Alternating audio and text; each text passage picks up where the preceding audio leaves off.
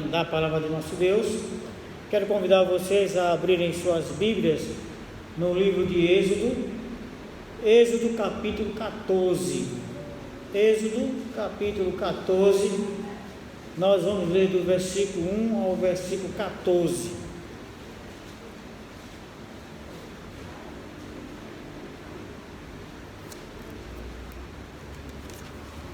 Livro de Êxodo, capítulo 14, do versículo 1 ao versículo 14.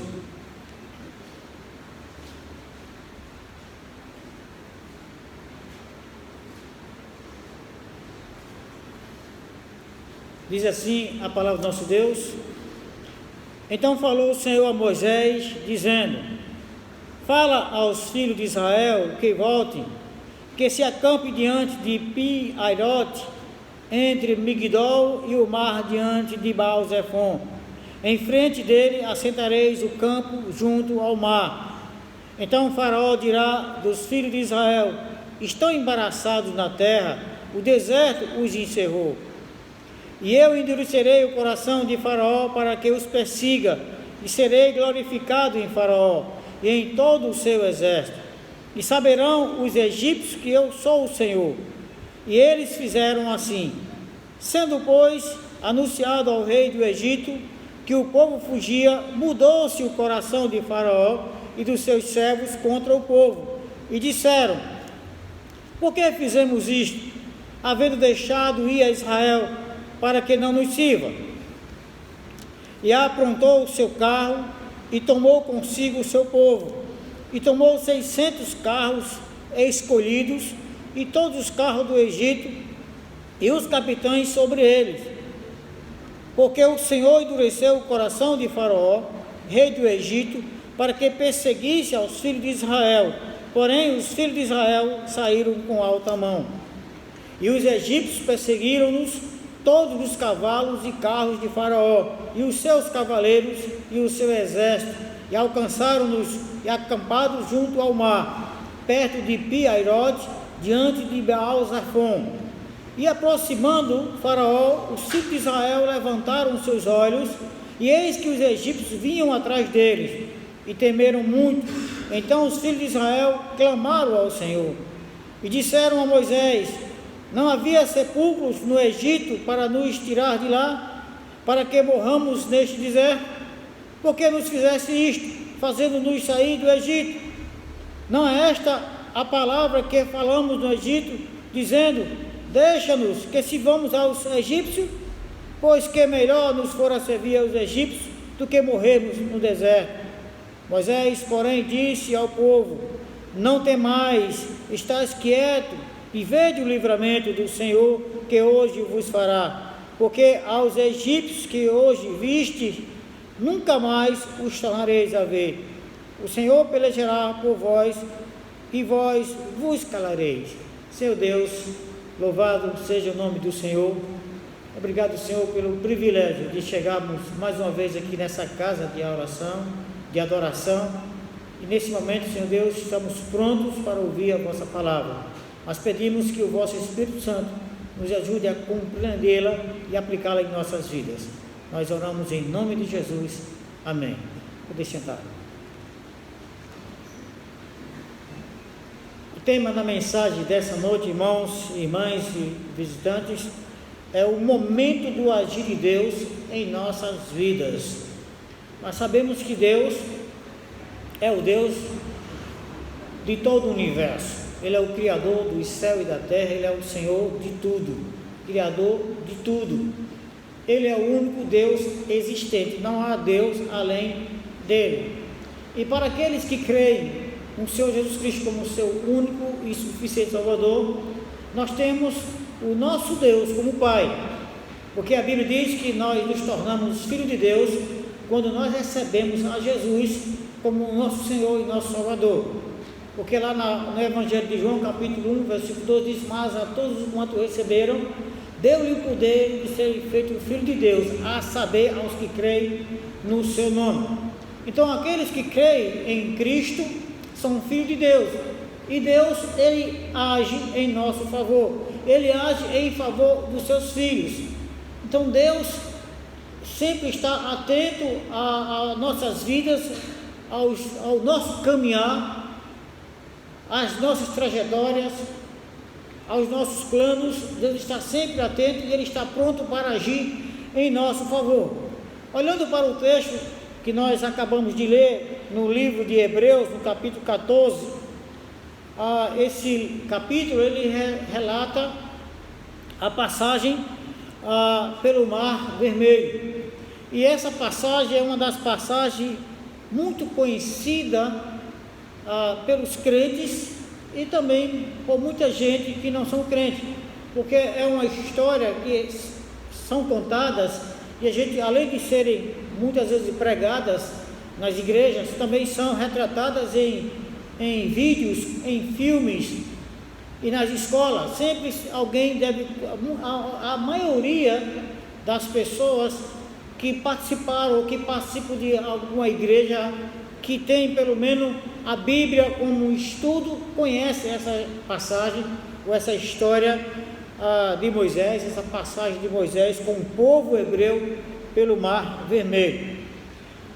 E o foco aqui dessa passagem, irmãos, não é só a gente saber que o povo de Israel passaram pelo Mar Vermelho, mas o foco aqui é o momento em que Deus age em favor do seu povo, porque o povo é rebelde, o povo é pecador, nós também somos pecadores, nós muitas vezes nos tornamos rebeldes diante de Deus, e Deus age no nosso meio. Muitas vezes Ele age, na maioria das vezes, e é claro, dependendo da situação, Ele age para o nosso bem, e a vontade de Deus é sempre agir para o nosso bem, mas há um momento também que Ele age para nos punir dos nossos pecados.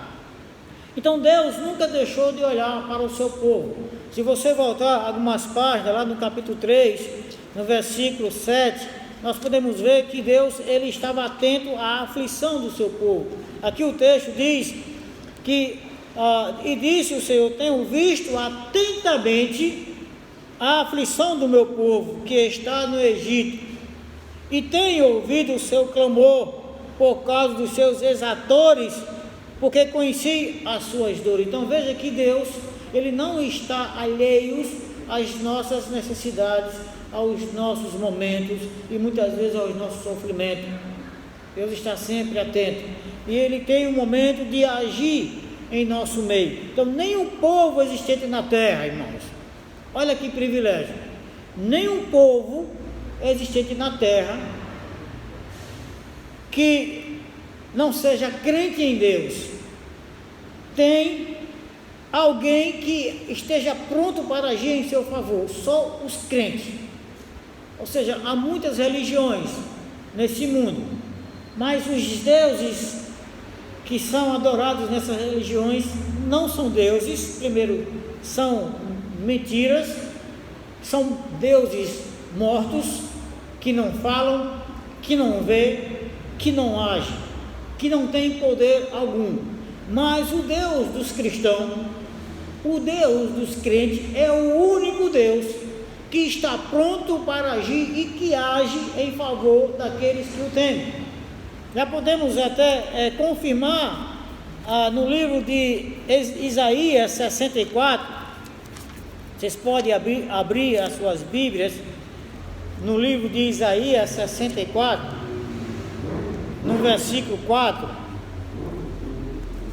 que diz assim: porque desde a antiguidade não se ouviu, nem com os ouvidos se percebeu, nem com os olhos se viu um Deus além de ti, que trabalha para aquele que nele espera. Ou seja, o nosso Deus, o Deus do crente, ele trabalha para o bem daquele que nele espera. Então, igreja e todos que estão nos assistindo, o Deus que nós queremos, o Deus que nós servimos, Ele trabalha para nós, Ele trabalha em nosso favor, Ele age em nosso favor. E na história da humanidade não se conhece nenhum Deus como o nosso Deus. porque não existe outro Deus. As pessoas dizem, eu adoro, eu sou devoto, por exemplo, de alguém que é devoto de Padre Cícero, mas eu duvido que Padre Cícero faça alguma coisa por alguém. Eu duvido que ele saia pelo menos de onde ele está. Ele não tem vida, é apenas um monumento criado pelos homens, e que muitas pessoas vão lá e se prostram diante dele, fazem adoração a ele, mas que não serve de nada. Assim como outros ídolos que foram criados e que estão expostos em vários locais do mundo inteiro. Então, irmãos, o povo hebreu havia deixado o Egito.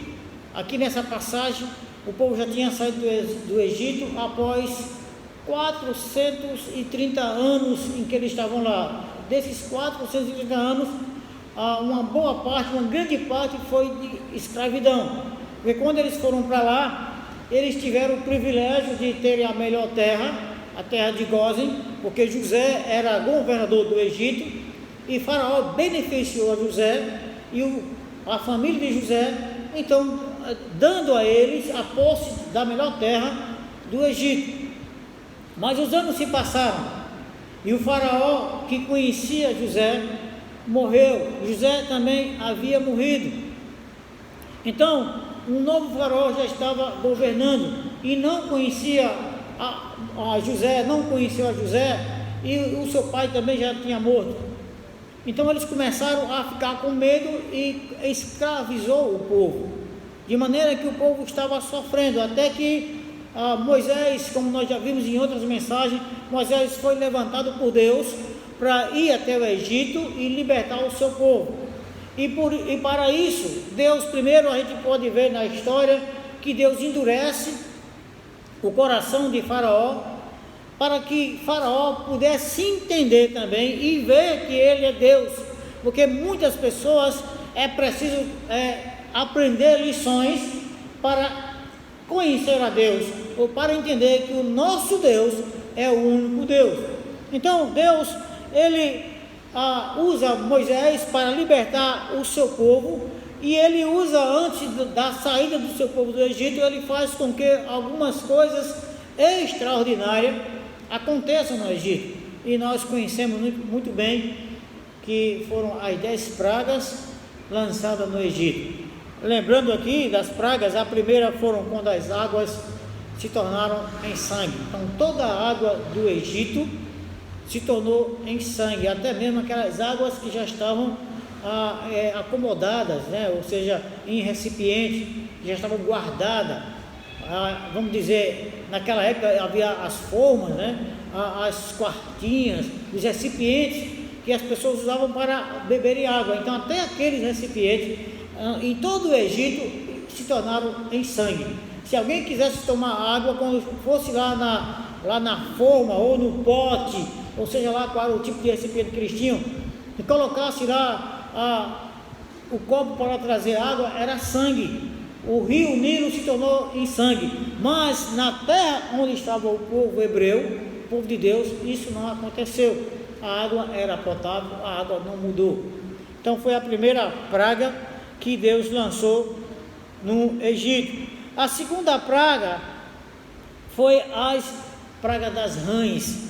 Então Deus manda que Moisés faça lá o milagre de inúmeras rãs invadirem todo o Egito. Então as rãs invadiram tudo, subiu nas camas das pessoas, subiu nas mesas, subiu em cima das pessoas. Imagina aí quem tem medo de sapo, né, irmão? As pessoas que têm pavor de sapo, vendo aquela multidão de rãs vindo para cima das pessoas, e eram muitas rãs. Então foram pragas de rãs. A terceira praga foi a dos piolhos. Então do pó da terra Deus transformou em piolho, e em todo o Egito as pessoas estavam lá coçando a cabeça e sendo ferrado por piolho. Você imagina aí a agonia. A gente, quando é picado por um mosquitinho, a gente bate e fica coçando. Imagine vários piolhos em cima das pessoas. A quarta praga fora das moscas. Isso é repugnante, né, irmão? Tudo vem acontecendo, né? As rãs já tinham morrido, e você sabe que quem já viu carniça de sapo fede, não é isso? Fede que não é brincadeira. Então imagina aí, isso atrai também a viajar aquela fedentina de sangue, fedentina de rãs. E agora, então as moscas que invadiram todo o Egito. A gente não gosta, quando vê uma mosca a gente já fica agoniado para espantar ou matar. Imagina aí incontáveis moscas que você não podia nem sequer expulsar de sua frente.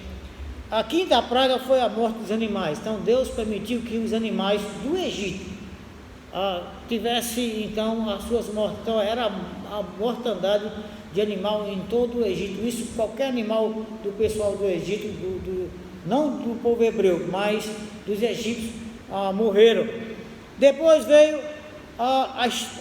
os gafanhotos, né? Aliás, a saraiva, a morte dos animais foi a quinta, a sexta foi as úlceras. Então imagina aí, úlcera tanto nos homens como nos animais, feridas que surgiram nas pessoas. Então a praga de todo mundo, todos os egípcios estavam cometidos de úlcera exposta. E você imagina aí, irmãos, a luta para essas pessoas. A sétima praga foi a saraiva e fogo, né? Segundo dizem que era como o granizo pegando fogo, né? Granizo pesado caindo do céu sobre a terra dos egípcios, pegando fogo, e onde caiu incendiava. Você imagina aí, essa foi a sétima praga. A oitava praga foi a dos gafanhotos. A Bíblia diz, o texto diz que por onde os gafanhotos passavam não deixava nada verde, eles consumiam tudo. Você imagina aí uma planta, onde ele passasse, ele só deixava o talo. Então, em toda a terra do Egito, essa praga de gafanhoto foi então vista. A nona praga foi trevas por 3 dias. Irmão, se você imaginar, nem que os egípcios quisessem acender alguma coisa, não conseguiam. As lâmpadas deles não acendiam. Se eles tivessem lá azeite para acender alguma lamparina, algum candeeiro ou alguma coisa, não funcionava. Mas na terra dos hebreus tinham luz. Mas na terra do Egito eram trevas que eles não viam a um palmo diante deles. A Bíblia diz que eles não viam sequer a um palmo na frente deles. E isso durou por 3 dias, essa praga das trevas. E a última praga, que essa foi, né, certamente a pior delas, foi a morte dos primogênitos. E todo primogênito da terra do Egito, seja de pessoas como de animais, morreriam naquela noite quando o anjo da morte passasse pelo Egito. Foi por isso que Moisés mandou que os hebreus colocassem nos umbrais das suas portas e nas vigas sangue do cordeiro, para que quando o anjo da morte passasse, que visse aquele sangue, ele poupasse ou passasse de lado ou de lado. Por isso o nome Páscoa, que quer dizer passar de lado, passar de largo ou poupar. Então foi aí quando foi instituída a Páscoa do Senhor. Então depois dessas pragas, o faraó então decide libertar o povo, e o povo então segue na sua peregrinação para a terra prometida. Mas de repente faraó se arrepende, e todo o exército de faraó, todo o povo que era sujeito a faraó também se arrependeram e começaram a perseguir ao povo de Israel. Versículo 5 do nosso texto lá de Hebreus, capítulo 14, aliás, Êxodo capítulo 14, Êxodo capítulo 14.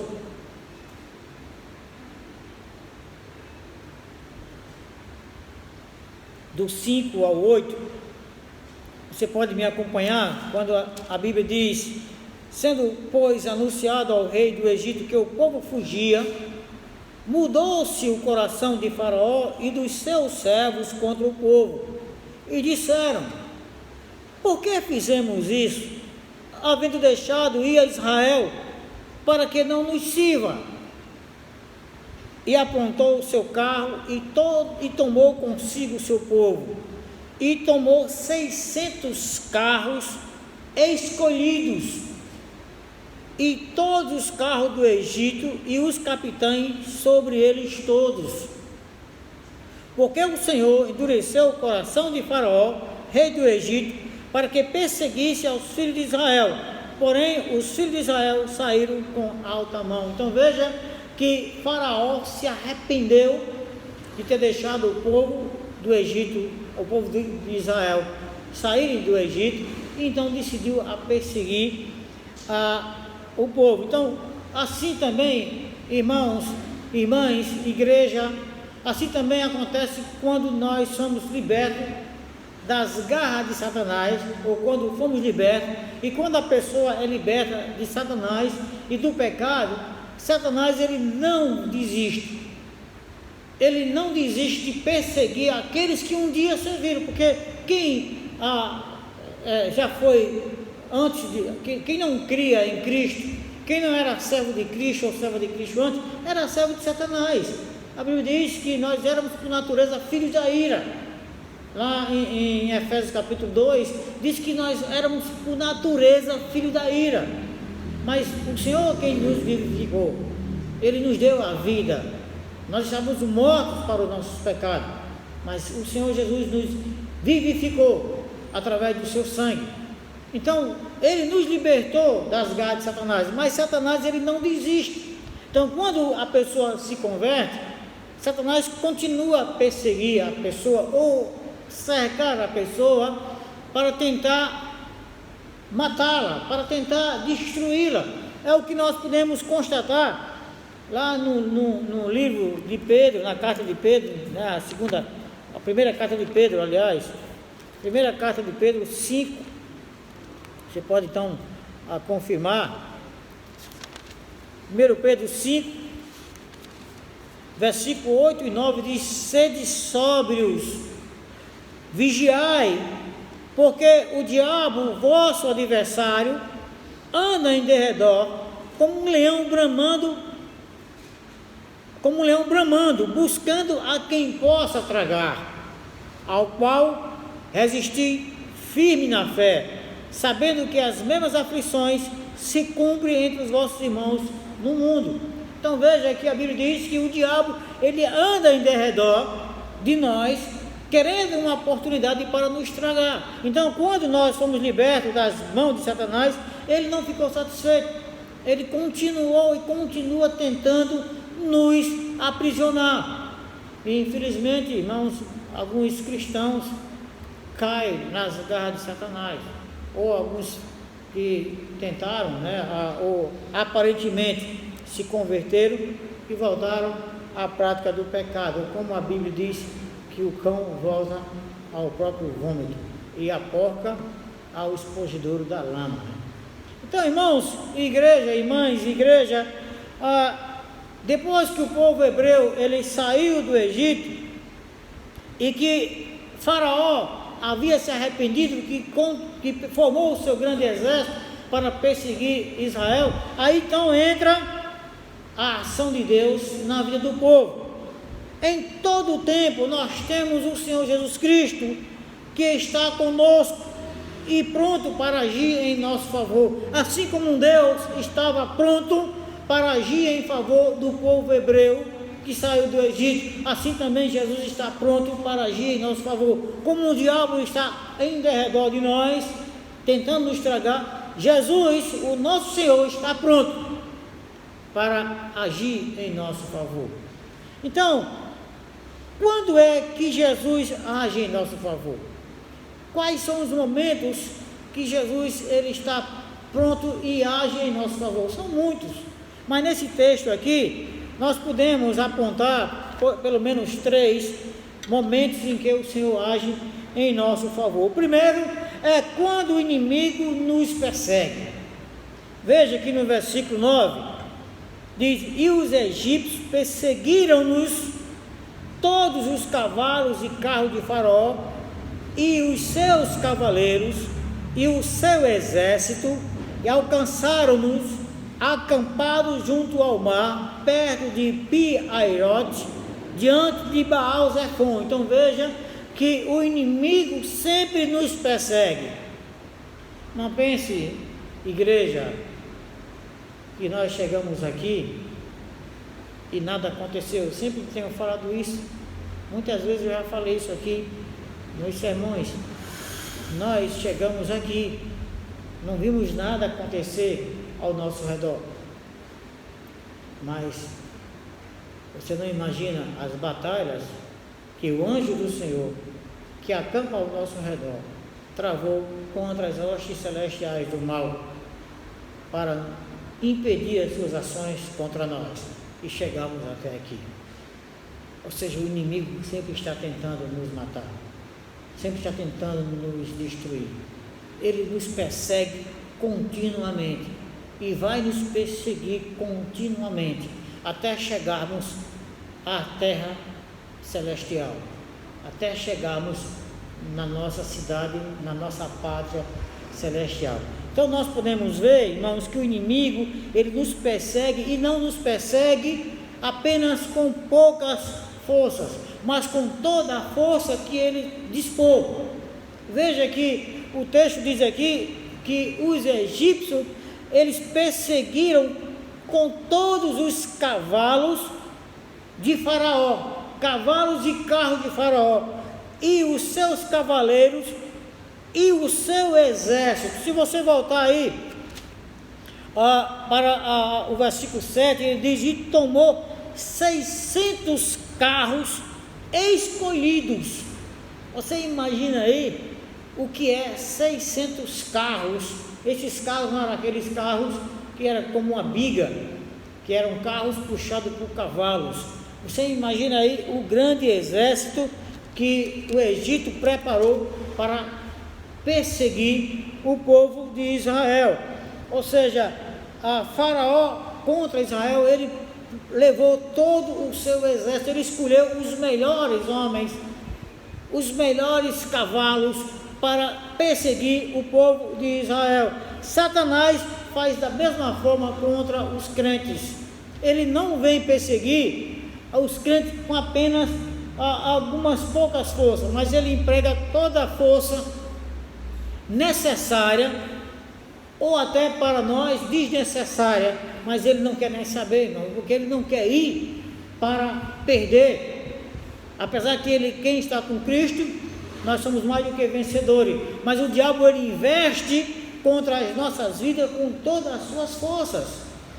Veja o que diz a carta de Paulo aos Efésios, no capítulo 6, versículos 11 e 12, Efésios 6, 11 e 12 diz assim: revesti-vos de toda a armadura de Deus, para que possais estar firmes contra as astutas ciladas do diabo, porque não temos que lutar contra a carne e o sangue, mas sim contra os principados, contra as potestades, contra os príncipes das trevas deste século, contra as hostes.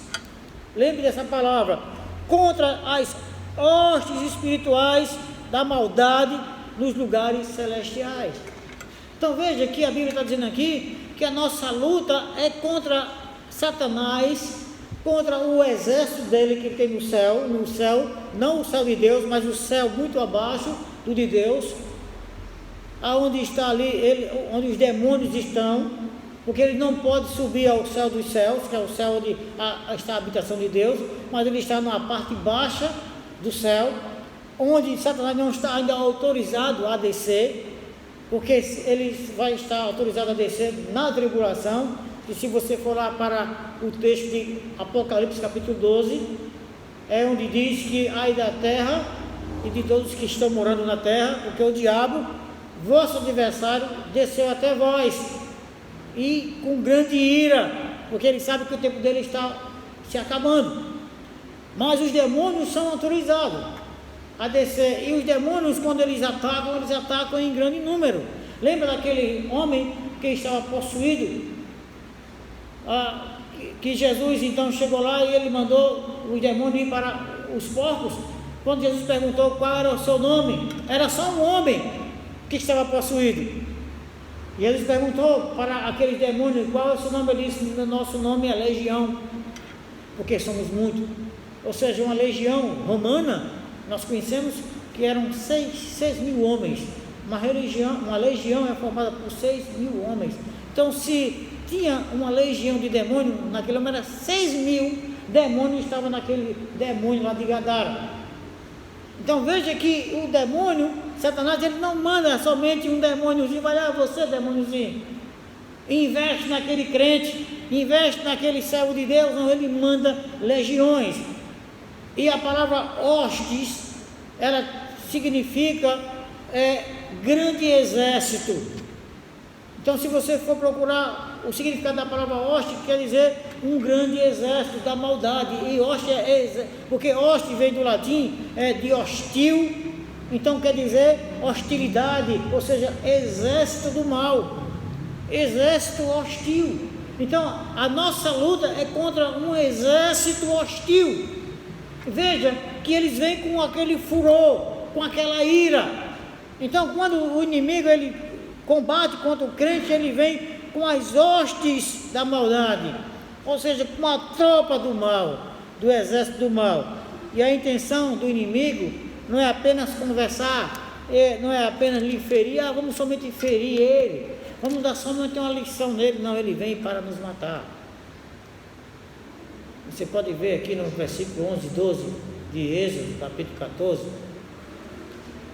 que o povo hebreu estavam com medo do exército de Faraó, porque sabiam que eles iam matar. Por isso que eles falaram isso aqui, versículo 11: disseram a Moisés: não havia sepulcros no Egito para nos tirar de lá, para que morramos nesse deserto? Por que nos fizeste isto, fazer-nos sair do Egito? Não é esta a palavra que falamos no Egito, dizendo: deixa-nos, que se vamos aos egípcios, pois que melhor nos fora servir aos egípcios do que morrermos nesse deserto. Eles sabiam que o exército de Faraó estava vindo com grande ódio. Por quê? Porque dali daquele exército, muitos pais estavam com sangue na boca, com ódio, porque seus filhos primogênitos haviam morrido, e eles queriam dar o troco. Então ia haver uma matança sem precedente se o exército de Faraó tivesse alcançado o povo hebreu. Então, irmãos, igreja, saiba disso. O diabo ele não vem para brincar. Então é por isso que é necessário que você tenha o Deus, o único Deus Todo-Poderoso, que age em seu favor. E você que ainda não é crente, saiba disso. Procure, enquanto é tempo, entregar a sua vida ao Senhor Jesus Cristo, para que Ele seja o seu general, o seu Senhor, o seu Salvador. Porque o diabo, ele só vem para matar e para destruir. Se você abrir a sua Bíblia, acompanhar aí comigo o texto de Mateus, versículo 24. Jesus já profetizava isso aos seus discípulos. Mateus 24, o versículo 9. Jesus disse assim: então vos hão de entregar para seres atormentados, e matar-vos-ão, e sereis odiados de todas as nações por causa do meu nome.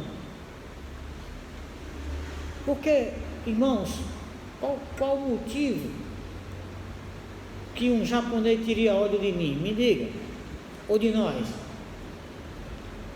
Qual o motivo que um muçulmano, um ser humano, digamos uma criança como o Lucas veio aqui, digamos que ele fosse muçulmano, Qual o sentido teria de Lucas crescer, se tornar um homem e odiar a nós? Quem é que motiva esse ódio? É o diabo, é Satanás. Satanás é quem incita as pessoas, é quem possui as pessoas, ou quem sopra nos ouvidos das pessoas para promover o ódio contra as outras pessoas. E as religiões que adoram deuses que não são deuses, mas são demônios, é claro, eles é quem incitam a guerra aos cristãos. Por isso que Jesus disse que então vos hão de entregar para seres atormentados e matar-vos-ão, e serei odiado de todas as nações por causa do meu nome. Então veja que a única religião que é mais perseguida em todo o mundo é o cristianismo, é o cristão. Você não vê as pessoas, vamos perseguir os muçulmanos, né? Vamos perseguir os budistas, vamos matar budista. Ninguém fala isso, no desejo que ninguém mate ninguém, não é meu desejo, longe de mim tal coisa, né? Que todos vivam o tempo que for necessário aqui na terra, mas aconselho a você budista, a você muçulmano, que se converta ao Senhor Jesus Cristo, enquanto é tempo. Então, irmãos, Jesus já disse que nós seríamos odiados. Em João capítulo 10, o Evangelho de João, capítulo 10, versículo 10, diz que o inimigo, ele não veio para conversar não, mas ele diz aqui, olha, que o inimigo, o ladrão, João 10, versículo 10, o ladrão não vem senão a roubar, a matar e a destruir. Eu vim para que tenham vida e a tenham com abundância. O ladrão é Satanás, é o diabo. O diabo, ele só investe nas pessoas para matar, para roubar e para destruir. Agora não pense, igreja, que quando a gente fala do diabo, aí vem aquela imagem de um ser vermelho, com chifre, com a cauda, um tridente, que espeta as pessoas. Isso não tem nada a ver com Satanás. A Bíblia diz que ele se transfigura em anjo de luz. Ele pode ser apresentado na forma de um homem muito bonito, de uma mulher muito bonita. Ele se apresenta da forma como ele achar conveniente e na situação em que ele queira se apresentar. E ele sempre age assim. Mas ele só veio para matar, para roubar e para destruir. Essa é as atitudes do inimigo. Ou seja, sempre nós estamos sendo perseguidos pelo inimigo e iremos ser perseguidos ainda, mas aí é onde entra o agir de Deus em nossa vida. Quando o inimigo nos persegue, entra o agir de Deus em nosso favor. Moisés, vendo o povo ali em aflição por estar sendo perseguido pelo exército de Faraó, Moisés então anuncia o livramento do Senhor ao povo. Versículo 13 e 14, voltando aí para Êxodo capítulo 14, olha o que diz então, versículo 13 e 14. Moisés, porém, disse ao povo: não temais, estáis quietos e vede o livramento do Senhor, que hoje vos fará, porque aos egípcios que hoje viste, nunca mais os tornareis a ver. O Senhor pelejará por vós, e vós vos calarei. O povo estava agitado. Moisés, foi para isso que você nos trouxe, nos tirou do Egito, para morrermos nesse deserto? Não seria melhor a gente ter morrido lá no Egito? A gente não queria continuar lá no Egito, porque você tirou a gente lá, Moisés. Moisés então diz: não tema, fique quieto e vejam o livramento de Deus na vida de vocês. E vocês vão ver que Deus vai pelejar por vocês, e vocês vão ficar calados. Aí eu quero ver vocês falar depois: mas Moisés, por que nos tiraste do Egito para morrer aqui? Mas espera, igreja, podemos estar sendo perseguidos agora pelo inimigo.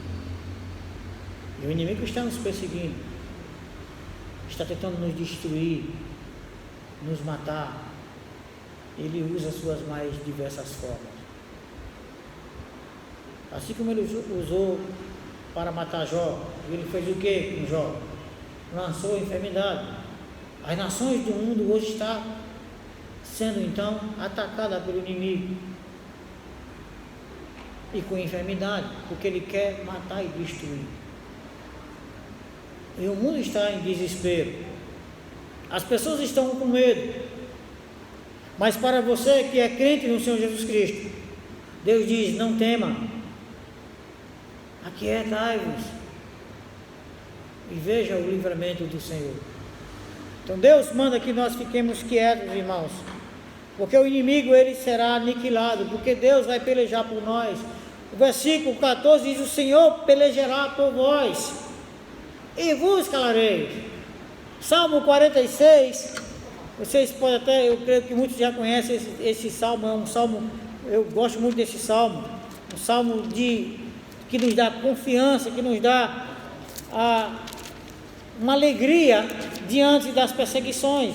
O Salmo 46, a partir do versículo 9 diz: ele faz cessar as guerras até o fim da terra, quebra o arco e corta a lança, queima os carros no fogo. Aquietai-vos e sabei que eu sou Deus. Sereis exaltado entre os gentios, serei exaltado sobre a terra. O Senhor dos exércitos está conosco, o Deus de Jacó é o nosso refúgio. Então veja, irmãos, a gente vê muita notícia de que a Coreia do Norte, acho que foi semana passada, desfilou com seus foguetes aí de bombas, com seus mísseis de bombas. Mas, irmãos, igreja, Deus quebra míssil, Deus danifica o que Ele quiser. Aquele dedo que aperta o botão para ativar um míssil, ele só será apertado se Deus permitir. Porque se Deus não permitir, nunca haverá um lançamento de míssil. Porque Ele é o Deus que peleja por nós. Tudo tem o tempo dele, é no tempo de Deus. Então Deus está pronto sempre para agir em nosso favor. Lembre-se disso, o inimigo vai sempre nos estar perseguindo, vai perseguir você. Às vezes você pode estar sendo perseguido no trabalho, um patrão, um gerente, ou alguém está te perseguindo. O inimigo está usando aquela pessoa para te perseguir. Não temas, aquieta. Saiba que Jesus é o seu Deus. É Ele quem vai pelejar por você. É Ele quem vai agir ao seu favor. Esse é o primeiro momento em que nós vemos a ação do Senhor Jesus Cristo em nossas vidas. O segundo momento é quando nós clamamos a Ele. Lembre-se disso. Clamamos a Ele. Devemos clamar ao Senhor. Voltando então para o texto, versículo 10, dizia: aproximando o faraó, os filhos de Israel levantaram os seus olhos, e eis que os egípcios vinham atrás deles, e temeram muito. Então os filhos de Israel clamaram ao Senhor. Quando o inimigo está se aproximando, o que é que você deve fazer? Clame ao Senhor, ore a Deus, entregue na mão dele. O povo estava em aflição, o grande exército de Faraó estava vindo ao seu encontro, e imagina aí, irmãos, para onde escapar? Na frente do povo, o mar, atrás do povo, o exército de Faraó. Ou seja, o povo estava quem conhece, né, uma sinuca, ou num beco sem saída. Você imagina aí, o mar profundo na sua frente, atrás o exército de Faraó com desejo de matar. E aí, qual a atitude daquele povo? Só Deus é quem poderia livrar o povo daquela aflição. Então o que aconteceu? O povo clamou ao Senhor. Eu imagino aí como foi a atitude daquele povo. Deus, Quando eles olharam para o exército de Faraó, olharam para o mar, Deus tem misericórdia de nós, livra-nos, Senhor. Então tem gente aqui que pode estar até passando por aflição, ou gente que está nos assistindo, que está passando por aflição na sua vida. O inimigo está te perseguindo, você está sofrendo com isso, você está com medo dessa perseguição, mas tem muita gente que fica calada. Eu vou conseguir, eu não vou me humilhar diante de ninguém, eu não vou procurar ninguém, eu não vou procurar nenhum apoio. Igreja, lembre-se de uma coisa, quando esse texto diz aqui que o povo clamou ao Senhor e o Senhor pelejou por ele, mas o Senhor usa meios. Lembre que o povo, que Deus usou quem aqui? Moisés. Moisés era o canal, era a ligação entre o povo e Deus, para livrar e para executar o pedido do seu clamor. É claro que Deus pode agir da forma como Ele quer, não só através de homem, mas muitas vezes Deus usa alguém para te ajudar, para te auxiliar, para te tirar do sufoco das aflições. Mas muitas vezes você sabe que precisa pedir, precisa se humilhar, mas você não clama, você não pede, porque o seu orgulho é muito maior do que a sua humildade. Tem muita gente que prefere morrer do que se humilhar diante do Senhor, do que clamar ao Senhor. Tem gente, eu chamo de gente que parece, falta realmente de juízo, de saber que no momento mais preciso de sua vida, não clama ao Senhor. Eu lembro de um momento, de uma história de uma mulher crente, que o seu filho não queria nada com Jesus, falava o tempo todo que Jesus não existia. Esse filho dela então foi acometido de uma enfermidade grave e deram poucos dias de vida, e a sua mãe não foi visitar ele no leito da morte, assim falando, ele já debilitado, e o médico disse: olha, ele tem poucas horas. E a mãe dele pegou na mão dele e disse: meu filho, você está me ouvindo? Se você está me ouvindo, aperte a minha mão. Ele apertou. Meu filho, olha, o médico falou que você tem poucos minutos, poucas horas ou poucos minutos de vida. Você está me entendendo? Aperte minha mão. Ele apertou a mão. Mas meu filho, a Bíblia diz que aquele que crê no Senhor Jesus Cristo, ainda que esteja morto, viverá. E o nosso Senhor Jesus Cristo, Ele vai nos ressuscitar. Ele é o Salvador. Então, meu filho, nesse momento, entrega a sua vida a Jesus. Você quer entregar a sua vida a Jesus? Aperte a minha mão. Ele abriu a mão.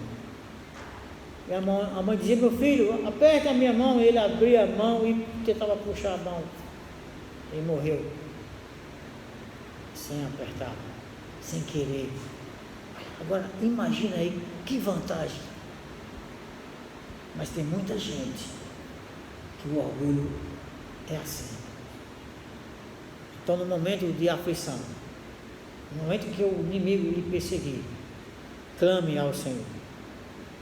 Para muito é vergonhoso até ser crente. Você está talvez com vontade de entregar a sua vida a Jesus. Muita gente tem vontade de entregar a vida a Jesus, porque está sendo perseguido pelo inimigo, e o inimigo é muito poderoso, e só quem pode vencer qualquer inimigo é Jesus. E você só tem a Cristo para recorrer. Mas você não quer, porque você não vai ser crente, porque ser crente vão rir de mim, a minha família vai mangar de mim, os meus amigos vão rir de mim, eu não vou ser crente. E tem pessoas que até mesmo negam que é crente, Tem pessoas que negam que é crente com vergonha.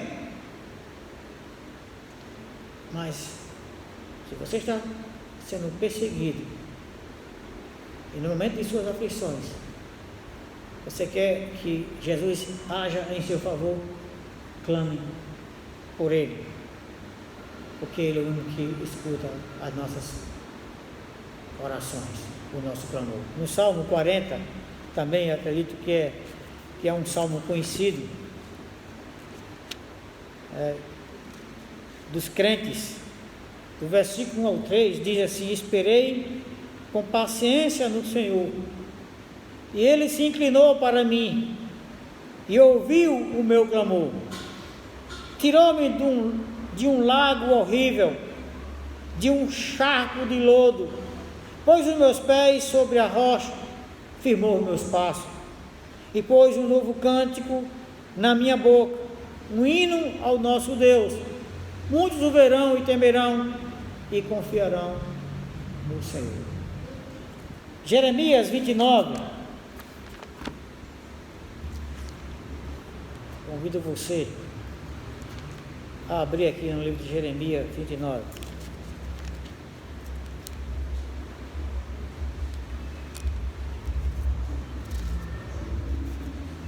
Ele diz assim, a partir do versículo 11: porque eu bem sei os pensamentos que tenho a vosso respeito, diz o Senhor, pensamento de paz e não de mal, para vos dar o fim que esperais. Agora, olha o que ele diz no versículo 12 em diante: então me invocareis, e ireis, e orareis a mim, e eu vos ouvirei, e buscar-me-eis, e me acharei, quando me buscardes com todo o vosso coração, e serei achado de vós, diz o Senhor. Então veja, igreja, que é preciso você clamar a Deus, para Ele vir ao teu socorro, ao teu auxílio. Ele está pronto para ouvir o teu clamor.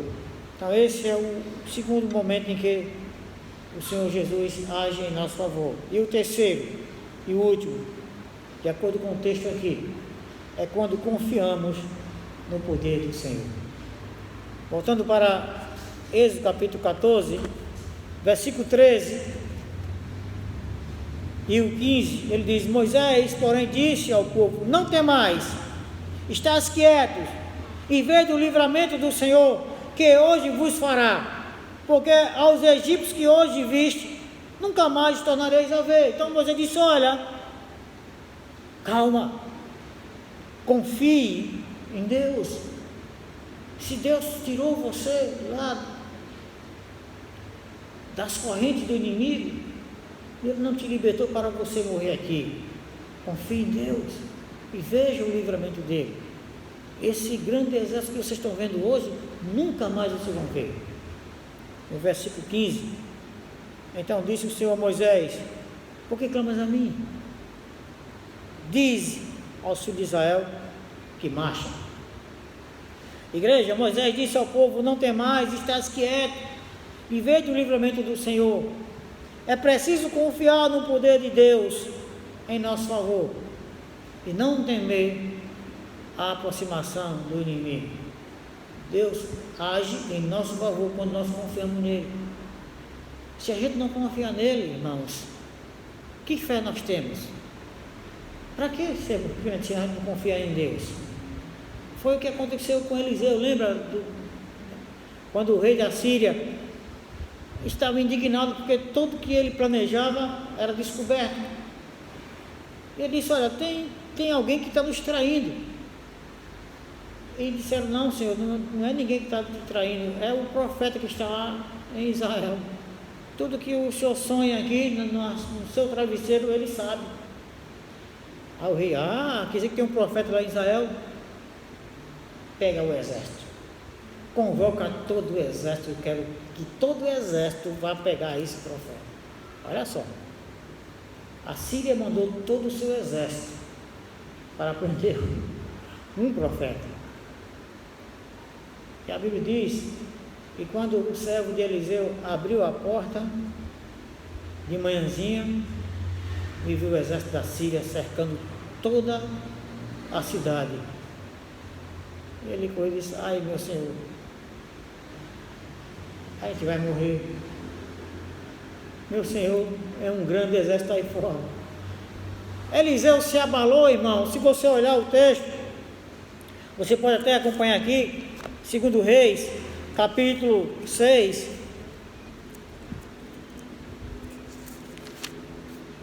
2 Reis, capítulo 6, a partir do versículo 12. E disse um dos servos: não, ó rei, meu senhor, mas o profeta Eliseu, que está em Israel, faz saber ao rei de Israel as palavras que tu falas no teu quarto de dormir.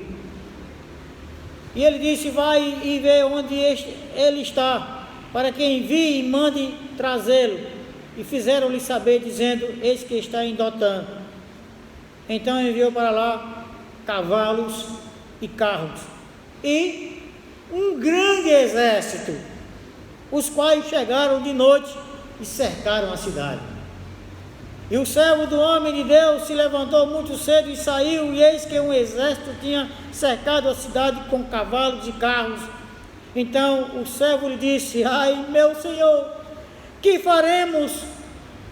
E ele disse: não temas, porque mais são os que estão conosco do que os que estão com eles.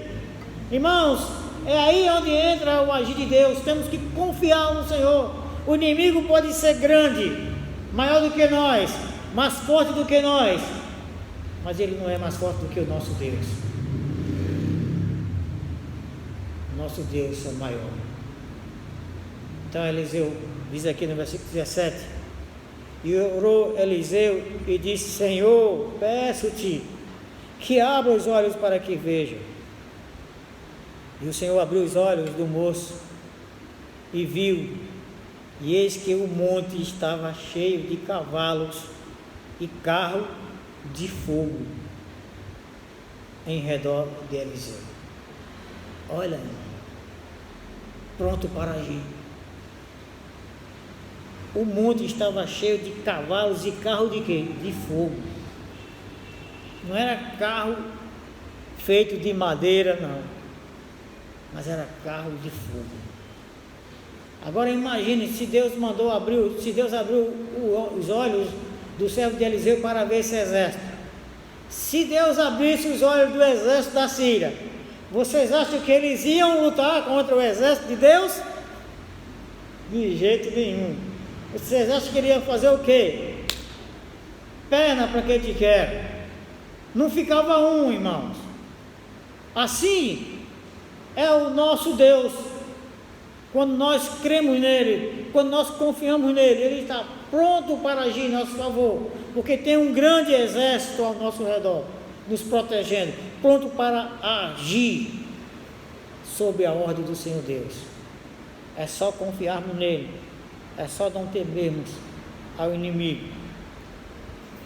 E Deus mandou Moisés se calar e disse: manda o povo marchar. Ou seja, não devemos ficar parados, irmãos, com medo.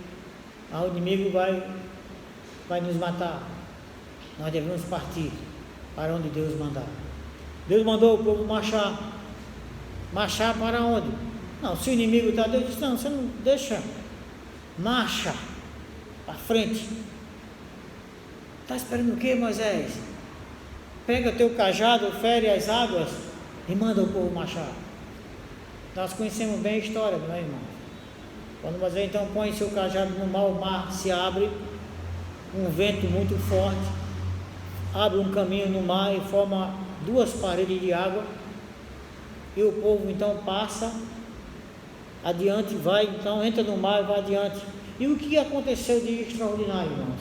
Olha, nós sabemos que desde quando o povo saiu do Egito, uma coluna de fumaça que era visível durante o dia guiava o povo, porque era durante o dia, não precisava de iluminação, já era claro pela luz do sol. Uma fumaça, uma coluna de fumaça, como, digamos, é um furacãozinho, saía andando na frente do povo, mostrando o caminho. À noite, quando escurecia, aquela coluna se tornava uma coluna de fogo para iluminar o caminho do povo. E anjos de Deus iam com o povo. Por quê? Porque Deus vai com o povo. Deus não deixa, não deixa você andar sem a sua presença. Aí o que acontece, irmãos, interessante, primeiro Deus começa ele dá logo uma ordem, manda o anjo passar para trás e a coluna de fogo passar para trás, para que o povo ande e o Egito não veja mais o exército de Deus. Porque quando eles entraram no mar, o exército também do Egito, de Faraó, entrou atrás do povo hebreu. Então aquela coluna de fumaça e de fogo, ela vem então para trás do povo, para que os egípcios não vissem mais o povo hebreu na sua caminhada. Vocês podem até me acompanhar aqui. Olha a partir do versículo 19. E o anjo de Deus, que ia adiante do exército de Israel, se retirou e ia atrás deles. Olha só um anjo. Esse aí era o suficiente para destruir todo o exército de Faraó. Quem é que vai poder com o anjo do Senhor? E também, veja só, se retirou para trás dele. Também a coluna de nuvem se retirou de diante deles e se pôs atrás dele. E ia entre o campo dos egípcios e o campo de Israel. E a nuvem era trevas para aqueles, e para este clareava a noite, de maneira que em toda a noite não se aproximou um do outro. Olha, interessante, irmãos, a nuvem de fogo para o povo de Israel clareava, para o Egito escurecia. Quem é que fazia isso? Deus, nosso Deus. E para completar a desgraça do povo egípcio, Deus, como a gente viu lá no Salmo, que ele quebra os arcos, ele destrói os arcos do inimigo. Ele então começou a quebrar os carros de Faraó. Os carros de Faraó, veja aqui no versículo 24, diz assim: aconteceu que na vigília daquela manhã, o Senhor, na coluna de fogo e de nuvem, virou o campo dos egípcios e alvoroçou o campo dos egípcios. Começou logo a agitar ali o campo dos egípcios. Versículo 25 diz: e tirou-lhes as rodas dos seus carros, e dificultosamente os governava. Então disseram os egípcios: fujamos da face de Israel, porque o Senhor por eles peleja contra os egípcios.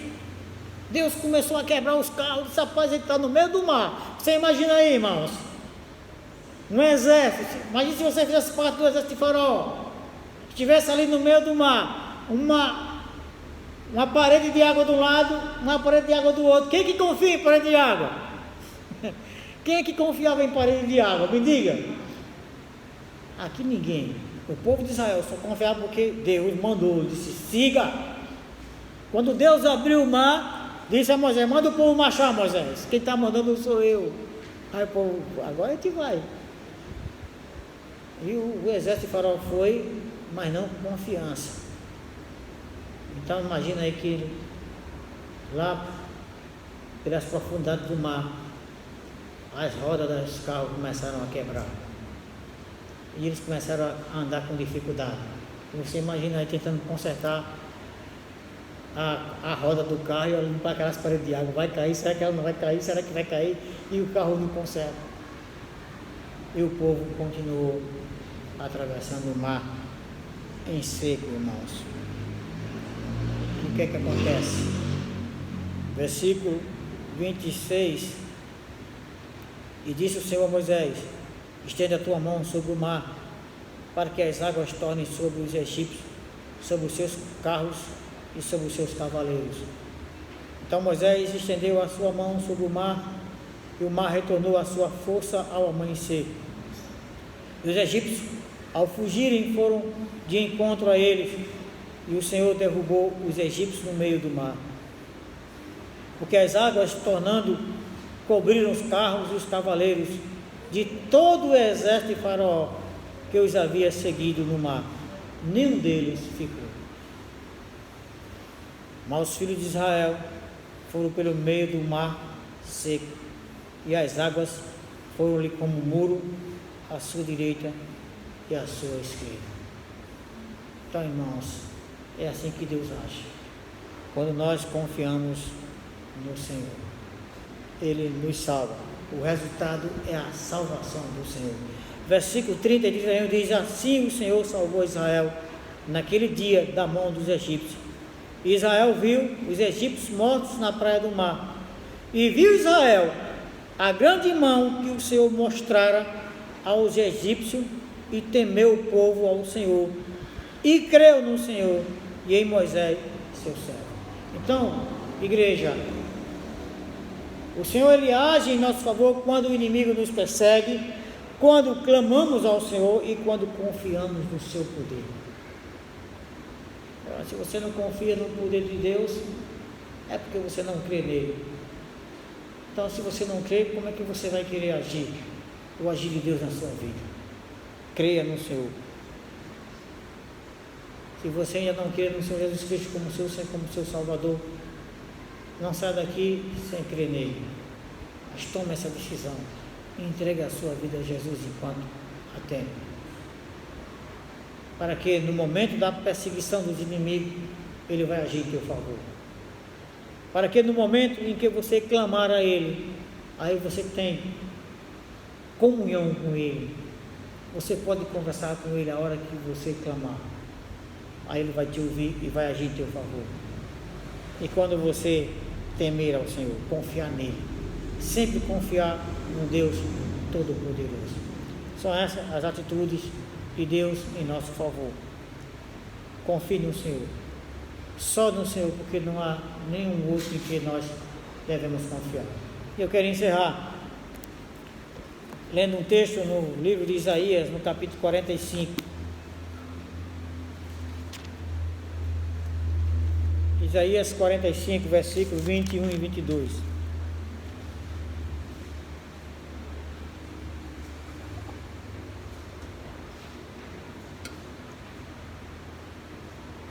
Isaías 45, 21 e 22 diz assim: anunciai e chegai-vos e tomai conselho todos juntos. Quem fez ouvir isto desde a antiguidade? Quem desde então o anunciou? Porventura não sou eu, o Senhor? Pois não há outro Deus senão eu, Deus justo e salvador, não há além de mim. Ou seja, não tem outro Deus que você deve clamar. Não existe outro Deus a quem você deve clamar e que possa agir em teu favor. Só o Senhor Jesus Cristo, que é hoje e sempre e eternamente. É o mesmo Deus de ontem, de hoje e eternamente. É aquele que morreu, mas ressuscitou ao terceiro dia e que vive para todo sempre. Amém, irmãos? Peço à igreja que comece a orar. Eu quero perguntar a você que está aqui nessa noite, que ainda não é crente, se você quer sair daqui hoje com o Senhor Jesus Cristo como teu Senhor e como teu Salvador. Deus sabe onde você está, para que nós possamos orar com você. Tem alguém aqui nessa noite que quer entregar a sua vida ao Senhor Jesus Cristo? Senhor Deus, muito obrigado pela vossa palavra. Obrigado, Senhor Deus, porque o Senhor sempre está pronto para agir em nosso favor quando os inimigos nos perseguem, quando clamamos ao Senhor e porque confiamos no Senhor. Que essa igreja, Senhor Deus, sempre esteja pronta para clamar ao Senhor, sempre confie no Senhor e que o Senhor sempre nos livre, Pai Santo, das investidas de nossos inimigos. Peço, Senhor Deus, que o Senhor cure aqueles que estão enfermos, os nossos familiares que estão enfermos, nossos colegas, Senhor Deus. Pedimos, Senhor Deus, pela nossa nação e por todas as nações do mundo, Senhor Deus, que o Senhor aplaque a vossa ira e destrua, Senhor Deus, essa pandemia que está matando muitas pessoas. Senhor Deus, abençoa as nações do mundo inteiro e que o Senhor Jesus Cristo seja o Senhor de todas as nações, porque feliz é a nação, os judeus é o Senhor. Nós oramos em nome de Jesus. Amém. Deus abençoe, irmãos.